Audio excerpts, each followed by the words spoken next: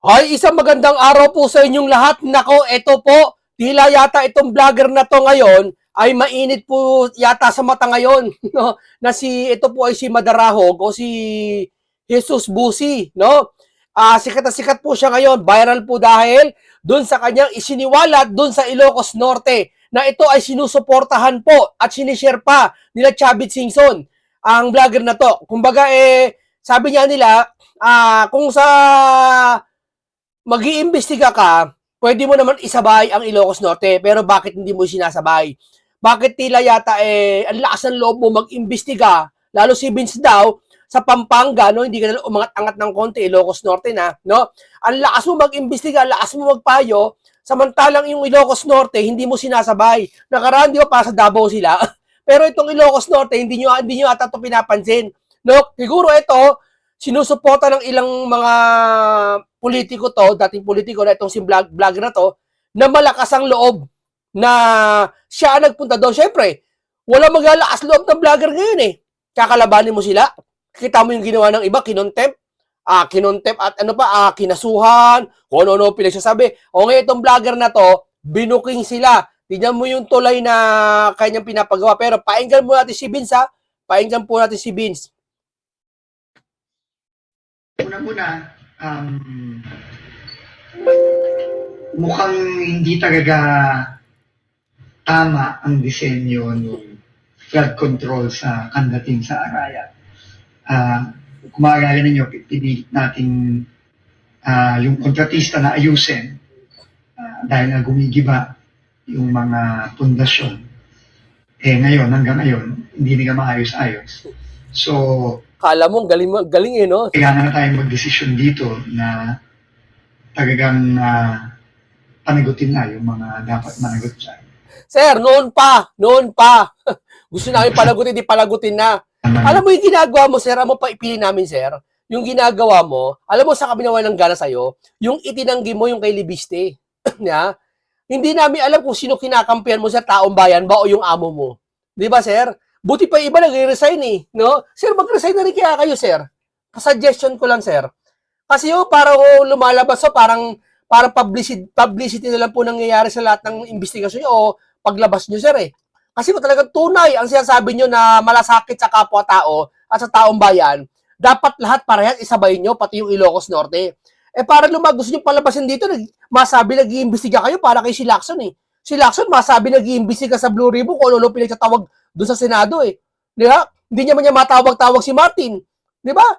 Iyan ang hirap sa inyo, sir. Yung pinakagusto ng taong bayan, ayaw nyong gawin. Dapat kung transparency kayo talaga, sir, gawin nyo lahat. Baka naman sabihin nyo, kaya siguro, kasi mga Duterte kayo, baka Duterte na naman isipin ng mga tao dyan. Tatandaan nyo, nasa kapangyarihan. Hindi imbestiga yung gusto mo, wag magmantosawa kayo, imbestiga nyo Davao eh. Pero syempre, habang iniimbestiga mo Davao, huwag mo kalimutan ng Ilocos Norte. Para transparency, sir. Ganun kasimple yun.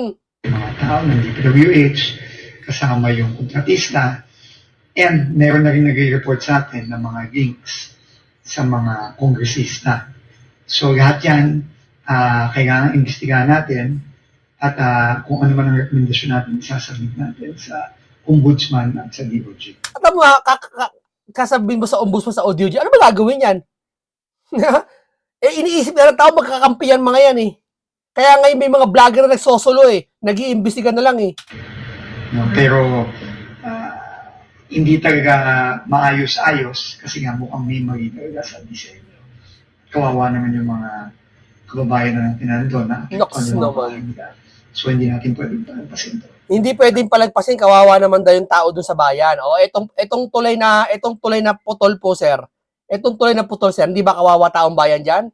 Tanong ko lang, hindi ko siya sabing ito ay mamaya ginagawa pa pala to eh, ongoing pa pala to. Pero tanong ko lang sa iyo to, kung masagot mo, 'di ba?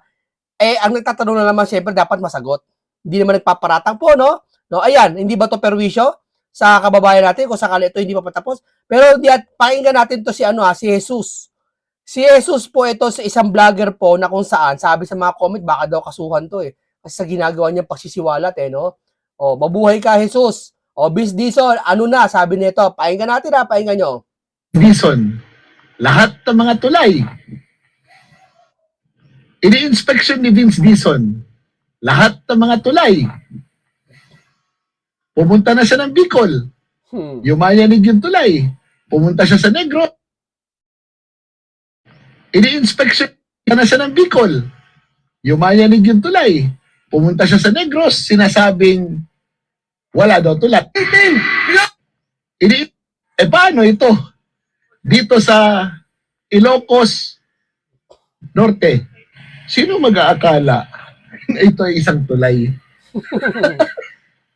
Ha? Naka-geotag ito, pero hindi ko alam kung sino ang may responsibilidad nito. Oh, bakit di mo puntahan niya? Ha? Oh, ito mga vlogger, inahamon ko, challenge ko sa inyo. Bakit hindi kayo, kung talagang si Duterte, ang mga Duterte ay palpak sa flood control, bakit andyan kayo, marami naman kayo loyalista, sabi nyo, di ba? Lalo sa Mindanao o Davao. Puntahan nyo lahat ng project na ginawa ng lahat ng Duterte. Lahat mo na, pati pamangkin ng Duterte. Picturean nyo, i-post nyo rin katulad nito. Ba't ayaw nyo magawa? Dahil nakikita nyo tapos, kompleto? Tanong ko lang. O eto, vlogger po ng DDS, pinicture ang putok. May mailalaban kayo? Sumagot kayo. O ano? Tablado kayo, wala kayo may sagot nito. Dahil kung talaga viral po to, pangatlong araw niya na po itong viral ngayon. Akala ko ba pag viral mini-media to, pinapack-check nyo. I-pack-check nyo ngayon to. Ibalita to. Wala ako nakikitang binabalita to Dapat lang news to Inaabangan ko 2 araw na, pangatlong araw na mamayang gabi. Inaabangan ko kung binabalita to Nire-repost ng vlogger million views. Yung isa, 7 million views yata. Ito, ewan ko kung ilang views to. 18,000 share Hindi ng share pati comment napashare din ako dyan Sige nga. Ito ay nasa Ilocos Norte, sa Pidig. Sa barangay Tonoton, dito sa Pidig, Ilocos Norte. Nakikita niyo? Sandro Marcos, pakipaliwanag ito. Ini-inspeksyon sa buong bansa ni Vince Dizon yung mga tulay.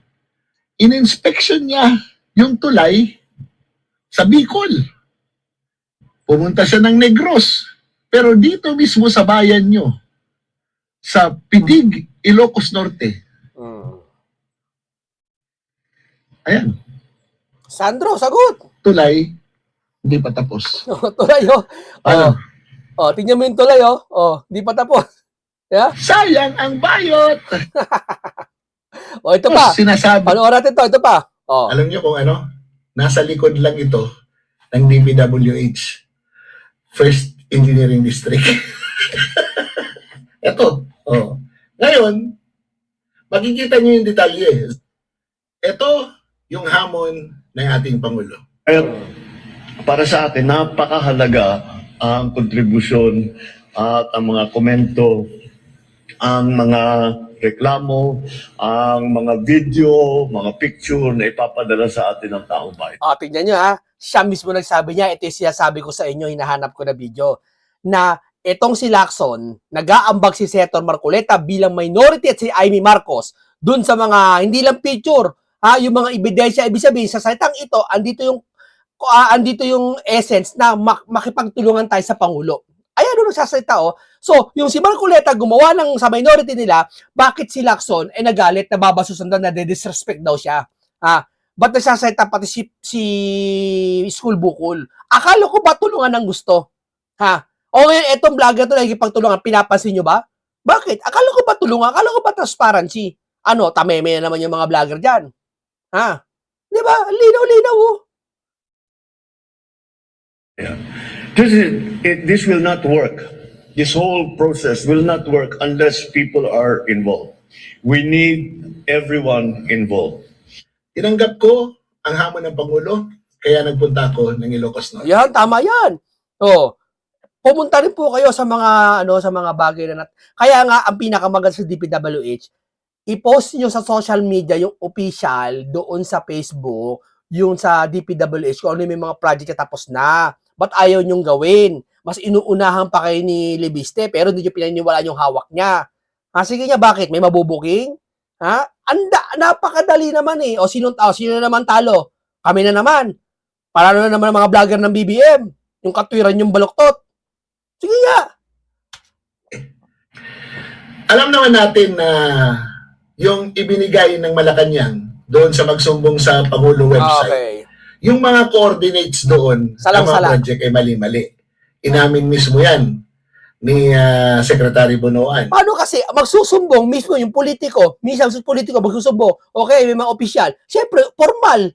Alam niyo, minsan ang hirap sa buhay, yung formal masyado, yung gawa ka mo ng letter. Magkaibigan tayo, kaibigan mo yan, kakausapin mo ako sa opisina, gawa ka mo ng letter request, appointment ka, kausapin mo yung mayor. May ganun-ganun pa. Eto mga bragger, rekta na. Di ba? Ano, letter. Pupunta ako doon, kakamerahan ko. Kasi iba dyan, papaalam pa sa LGU, uy, kamerahan ko to ganyan-ganyan. Formalidad pa. O, minsan di pa pinapayagan. Hindi, wag yan. Restricted area yan. O, mabuti pa yung ganito eh. Di ba? At inamin mismo yan na Malacanang na mali. Ito yung mga pinklawan. Nagpapakaseryoso sa kanilang pag-aaral kuno, mga edukado kuno. Di ba? Kaya hindi kayo nananalo eh. Yeah. Mali. Kaya nga uulitin nila yung investigasyon eh.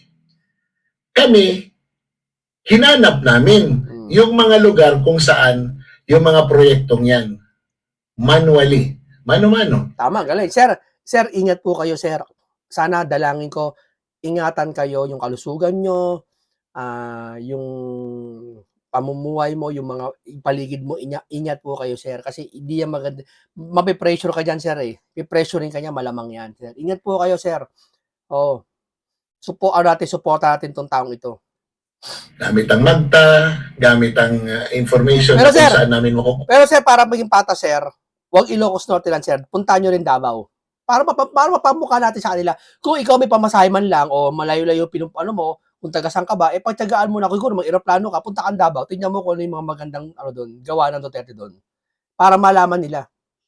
O hanggang makita namin ang proyekto. At pagkatapos, ang ginagawa namin para matulungan namin ang gobyerno ni Marcos na naghahamon sa atin na magpadala tayo ng mga retrato, magpadala tayo ng mga video patungkol sa anomalyang proyekto, amin itong tinatag Tama. sa Geo Maps. Ang tinatawag na Geo Tagging ng photo. Sa pamamagitan nito, lalabas yung coordinates ng lugar kung saan yung cameraman o yung nagka-camera nakatayo. Doon yun mismo, yung lugar na yun. Kaya kung hahanapin mo yung proyekto, itatype mo lang yung coordinates, mahahanap mo kung saan ako nagpa-picture at makikita nyo mismo Galing. yung katarantaduhan na proyekto. Ito yung halimbawa. So, ayan. Nandito yung detalye ng lugar na yan. Kung saan Magaling. ako nagpakuhan Magaling ho kayo. Sir Madarahog. Ang galing na itong taong ito. Mahusay. ng retrato. Siya ba si Madarahog? Di ba siya Madarahog ang tawag sa kanya? At kung saan nandoon yung katarantaduhan na flood control project. So ito ay nasa Barangay 43, Cavite ng Lawag, Ilocos Norte. Diyan mismo sa Lawag. Alam niyo kung ano? Nasa likod lang ito ng DPWH, First Engineering District. Ito. Oh. Ngayon, makikita niyo yung detalye. Zip code ng Ilocos, ng Nawag, 2900. Makikita niyo yung global positioning niya. Yung Kompleto. latitude at Kompleto. Di mo pwede sabihin gawa-gawa lang. Lahat may latitude. May degree Celsius. Kung may tulay, may picture. Ang dami nito. Ebidensya to. Ano kayo? Ipasa mo to kay Lacson. Palpalin mo mukha nun. Para makita niya to kung anong at longitude. So yan lang ang itatype nyo, makakapunta na kayo dyan. In essence, tinutulungan namin yung gobyerno na winala yung mga tagging ng proyekto. Tinambol-jambol at nirambol para hindi mahanap ang mga proyekto. Ngayon, sa mga kababayan natin na gusto mag-verify, i-type nyo lang yung latitude at longitudinal lines. Yan. I-type nyo sa Google Maps, makakakuha na kayo ng direksyon at mapupuntahan nyo mismo yung lugar kung saan yung katarantaduhan na yan at yung magandang lalaki na yan nagpakuha ng picture. Okay. O paano? O, ito, punta natin, iba pa. Punta natin, ha? Ito. So, malapit lang din ito sa DPWH Regional Office. Ang nakakapagtaka, yung amount ito na 47 million, kahalintulad ng amount ng proyekto doon sa Cabit, Barangay Cabit, Grabe. kung saan 47 million din ang flood mitigation and flood control construction doon sa nasabing barangay. So ano ibig sabihin dito? Pare-pareho ang amount, inirelease pare-pareho noong March 2025 at pare-pareho dapat matapos ng September 2025. Pero ano nangyari? Ito pa, Grabe, oh. puro pariba. Saka tignan mo yung bakal. Tignan mo yung bakal, oh. Tignan mo yung bakal. Grabe. Ito Oh, pa, ako nagpagawa ako dito ng bahay sa likod ko. Ha? Mas makapal pa dyan yung bakal na ginamit. Uy, panangga ng tubig yan, oh. Pag yan nababad sa tubig, sisip-sipin niya, tapos pagkasipsip, parang biskwit ka madudurog.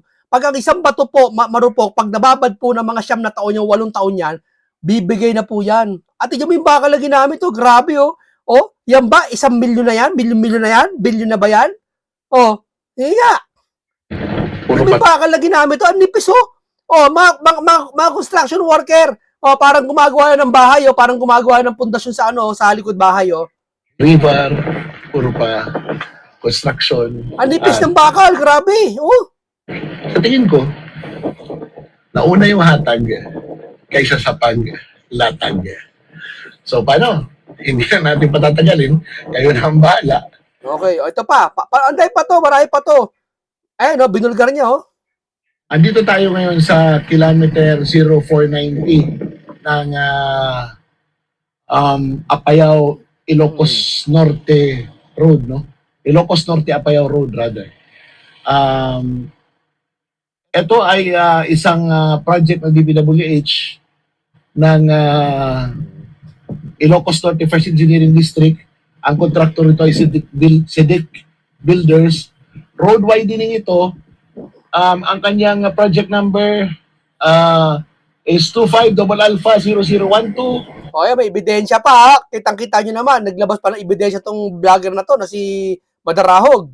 Network Development Program, Road Widening, Tertiary Roads, Ilocos Norte, Apayao Road, kilometer 0490 plus 00 to kilometer 490 plus 653. So, paabante siya doon. Kita natin dito ay eto na ang makikita natin. Binutas-butas na daan hanggang Iniwan lang. doon sa dulo. Wala kayong makikita na kahit na anong improvement dito sa kalsadang ito. Grabe. So this is supposed to be 653 meters. Tapos sinisilip nyo, Davao. Sige nga, pagtanggol nyo to, mga vlogger, oh. Oh, gumawa kayo ng paraan, oh. Pagtanggol nyo to. Pero yung kahabaan nito, wala kayong makikita na kahit na anong road widening maliban sa sinirang shoulder, walang ginawang shoulder at hanggang sa dulo, wala kang makitang improvement. Grabe. So, ano? Talagang wala kasi tinubuhan ng mga damo. Tingnan mo. Tagal na yan, oh. Ilocos Norte ito. Sinasabi ni Congressman Sandro Marcos na wala daw dito ghost project. Wala daw ghost project. Ano ito? Hindi ba ito ghost project? Alam nyo, kung ako yung tatanungin tungkol sa pagbisita dito ng ICI, dinaanan nila ito eh. Makikita nila ito eh. Bakit di man lang nila binabaan at tinanong? Mga matatandang Diba? politiko yan, eh. Oo. Nang katwiran nila, ganyan dito, lilipas na yan, tol. Yan ang mindset ng mga matatandang politiko. Mga trapo. Leo ba? Niloloko na tayo harap-harapan. Eh. Secretary Vince Dizon. Oh, ano na? O, Bestizo, nananawagan sa'yo, vlogger, oh. Sagutin nyo. Matatatlong araw na, mag-4 na araw na bukas, wala pa rin to. Oh, lipat tayo sa kabila, ito pa. Si Deck Builders. Ito pa. Hmm. Ano to? Walang bakal. Oh, Oh. kita mo? Wala. Ayan. Wala. Grabe. Oh, kita nyo? Andito lang sa kalsada, kitang-kita na. Pero, hindi nakita ng mga nag-inspeksyon. Ha? Kitang-kita mula sa kalsada, pero hindi nakita ng mga nag-inspeksyon. Bakit? Eh kasi nga, mapupulaan sila eh. Oo, although lahat naman may mga pilibong Pilipinas, may ganyan na. Oo. Pero ang masama kasi sa loob namin, mga kababayan, bakit di nyo silipin yun sa inyo? O, ayoko sabihin na unahin yun sa inyo. Gusto ko isabay naman ninyo. Kung sinisilip nyo ang Davao, silipin nyo rin sa inyo, sabay naman. Di ba? O, sige nga. Yun sa Adams, Ilocos Norte, no? Talaga may resibo tong mamang ito. Tingnan mo, talaga nagpapang-picture pa. Oh. First District ng Ilocos Norte. At ito yung isang proyekto. Walang bakal sa Ay, loob. grabe. Oh. Ganyan ba talaga standard nito? Ayan. Hinigop na oh. Kabastosan to sa mga Pilipino. Binabastos tayo nito. Ako hindi ako construction worker, Ram. Ha? Hindi ako magaling. Pero pag ako gumawa niyan, kayang-kaya kong pagandahin at papatibayin. Di ba? Hollow point. Bumagsak doon. Ayan oh, pag tumutong ka dyan, nilundagan mo ng 100 beses yan, magkakrak eh. Ayan oh, pag bumagyo, tumaas ang tubig, hihigupin ang lupang ito, basag. Tapos pag nagbaha sa kabila, sisisihin, Duterte. Ha? Ayaw nyo pa imbestigahan? Harap-harapan na tayo. At kung makikita nyo, kung dito natin aanggulohan yung camera, dadalhin natin dito, yung camera, dito, Grabe. kukuhan, Mukhang maganda to. Mukhang maganda oh. Tuwid na, pagkakapalitada oh. Pero yung loob pala, ampaw. Ng teteng naman yan. Kasi ang bilyon-bilyon po na ito. Magkano to? Dapat inalam nyo po, Sir Vlog, Sir Madarahog. Magkano yung project na yan? natin ng pahabang ganyan, makikita nyo Grabe oh. yung destruction ng itong flood control mitigation project na ito. Grabe. Di ba? Yan. So, ayan. Isa itong pagpapatunay na kahit umuulan, masama man ang panahon, kung may gusto kang gawin Oh, para makatulong ka sa bayan, tama. eto, challenge ko sa mga vloggers dyan. Oh. Natatakot kasi ibang vlogger na pumunta yan eh. Gusto rin lang pumunta yan, ba natatakot? Yeah. Ito lang kasi itong mamang ito si Madarahog, malakas ang loob ng vlogger na to. Di ba? Oh. Maghanap din kayo ng mga proyekto na sasabihin nyo na substandard, ghost, at kung sabihin natin na kinurap o kinurakot ng mga empleyado ng gobyerno. Kasama na yung ating mga politiko na pinagdududahan natin. Ito, Mr. Marcos, President Marcos. Oh, makinig po kayo, Mr. President. O, mga vlogger, makinig kayo, ha? First District ng Lawag kay Sandro Marcos. Sandro, Ano na ito? Kung gusto nyo, puntahan ninyo para malaman nyo. oh, ito pa. Builder na nagkakahalaga na 96,499,992.55.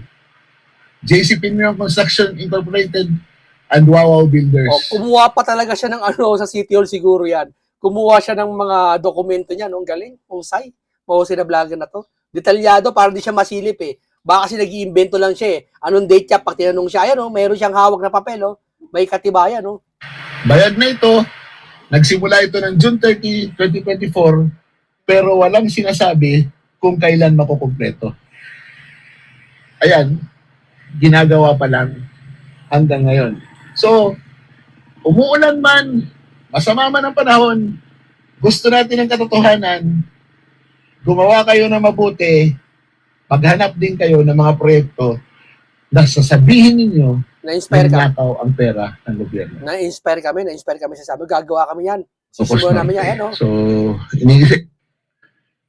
Ito pa yung isang tulay na dapat October 25 tapos na. Makinig kayo, dapat October 25, tapos na daw, ha? Sa ngayon, ito yung kanyang kalagayan. Dito sa Barangay Estancia Pinig, Ilocos Norte. So, iniisa-isa natin yung mga proyekto, no? Hindi kaya nilang i-inspect.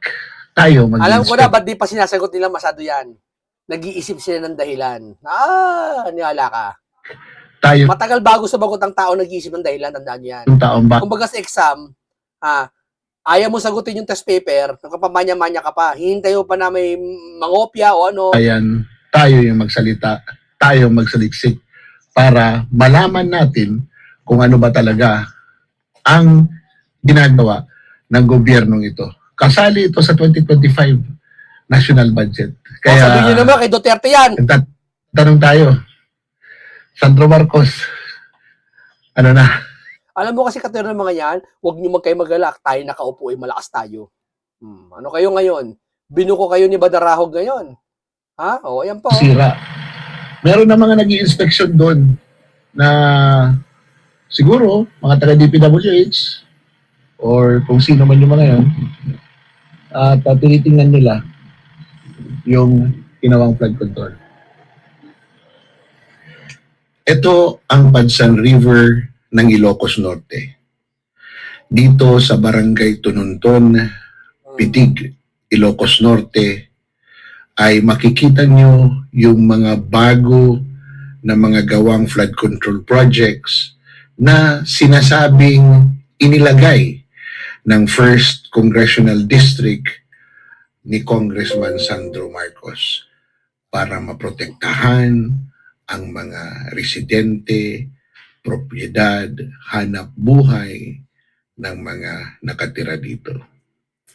Sa kabuuan, merong itong 77.19 million na project. Grabe, tignan mo, may ano po, may resibo siya. Oh. Ano kayo? Itanggi nyo to! Mga vlogger, pabulaanan nyo! Duterte yan! Hindi yan kay Marcos, kay Duterte yan! Ano? Proyekto. 254.80 million na proyekto. 144.21 million na proyekto. At 565.57 na total na Grabe. proyekto ng flood control projects sa lugar na ito. Pero kung ating pagmamasdan, hindi yata aabot sa 565.57 million ang mga nakatayong istruktura dito. Wala yan, mabihira naman yan. Merong bagong istruktura Ampaw na ampaw, oh! Kitang-kita, oh! na makikita. Nanteting kayo! Pero sa bandang dulo nito Hmm. ay pumibigay na. At sa bandang unahan, makikita nyo na meron ng ship pile pero hindi pa natatapos. Ayon sa report na ating nakalap, tapos na ang mga proyektong ito at napapakinabangan na dapat ng ating mga kababayan. Ngunit sa ating pag-iimbestiga, sa ating pagsasaliksik, sa ating pag-iikot at sa ating pagdodokumento, makikita natin na ang katotohanan ay malayo pa. Dahil pag inyong pagmasdan, ito ay kulang. Mga kababayan, kung pababayaan natin ang ating bayan at hindi tayo mag-iingay na imbestigahan talaga ang mga totoong nagnakaw sa pera ng taong bayan, ay wala tayong mapapala. Grabe, kita nyo, oh, walang lamang ampaw, oh. Ano yan, sinimento lang yan dyan? Magkano isang kilo simento ngayon, isang sako? 170 pesos lang po isang sako ngayon. Dati di ba 240? Ngayon 170 lang. Eh pag bibili ka pa marami yan, hindi lang basta isang sako yan. Hindi ibang semento gagamitin diyan. Mas mura pa pag madamihan, bultuhan. Ito yung ginagawa namin para iparating sa inyo ang katotohanan sa mga proyekto dito sa unang distrito ng Ilocos Norte. Grabe, palakpakan, sir. Kulang, hindi magkakadikit. Salamat, sir. Salamat ng marami sa inyo, sir. Oh, salamat po na marami sa Mahala inyo, tayo sir. na isang poste pa lang. Isang poste pa lang ang ginagawa. Oo. At mukhang sira na yung daan. At doon bumagsak na yung flood control project. Grabe, oh. Mga coordinate at tinutugunan lang namin yung challenge Ng na Pangulo. sinabi ng Pangulo natin. Yes, tama. Maghanap. Okay, maghanap kayo po dito na talaga ibang lugar sa Pilipinas. Videoan nyo, kamerahan nyo, i-post nyo sa social media, wala po masama dyan. Patunayan natin na talagang challenge tayo ng Pangulo na talagang ito ay talagang makatotohanan ng investigasyon. Hindi moro-moro o hindi ano lang, kung ano ang baga lang. Okay, hanggang dito lang po muna tayo. Paalam sa inyong lahat.